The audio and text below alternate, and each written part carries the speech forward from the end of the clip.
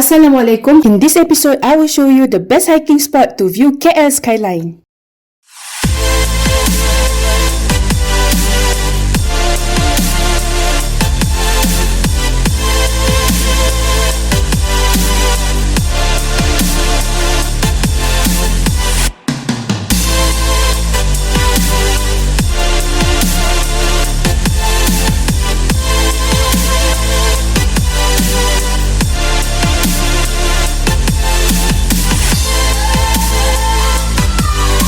Assalamualaikum everyone. Today I'm at Cheras. We are going to hike to Bukit Besi, ironhill.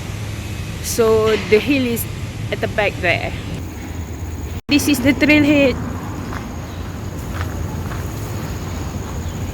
Okay, kita baru je 5 minit hike dan dah sampai dekat tangki.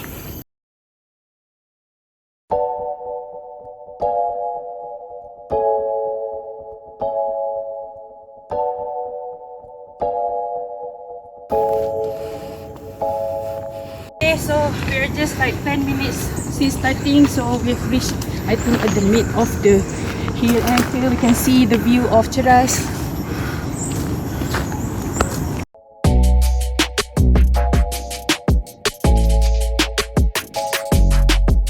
At the mid-section of Iron Hill, you can enjoy the stunning view of KL Skyline. From the left, there's Merdeka 118, which is still under construction, then KL Tower, KLCC and TRX.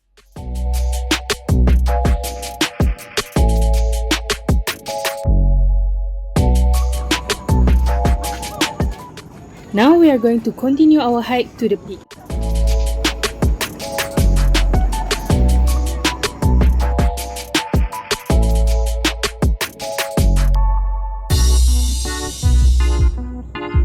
There's also tent area if you need to take a break.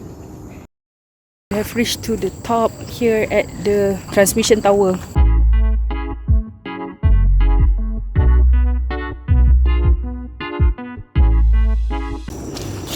Okay, so kita dah sampai atas. So we are going to make a U-turn.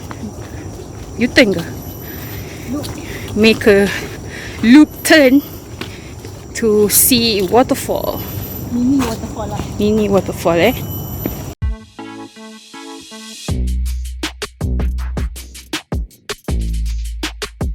Gang, look at this. The color of the fern is blue, turquoise blue. Compared to others, they are green. This one is blue.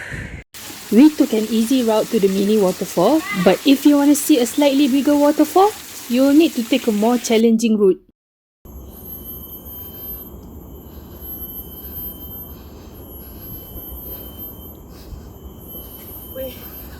Okay geng, lepas waterfall tadi, kita kena naik pula untuk sampai balik dekat batu tadi.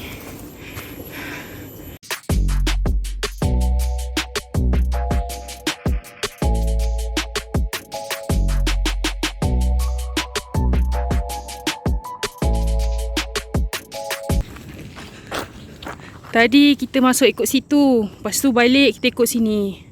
Adalah dekat sejam.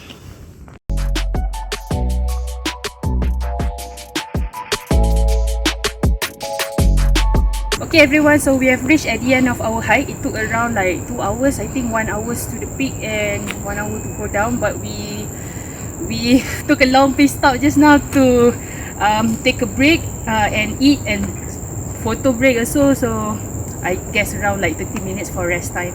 So see you in the next episode. Assalamualaikum. Give this a try. Bukit Besi at Cheras.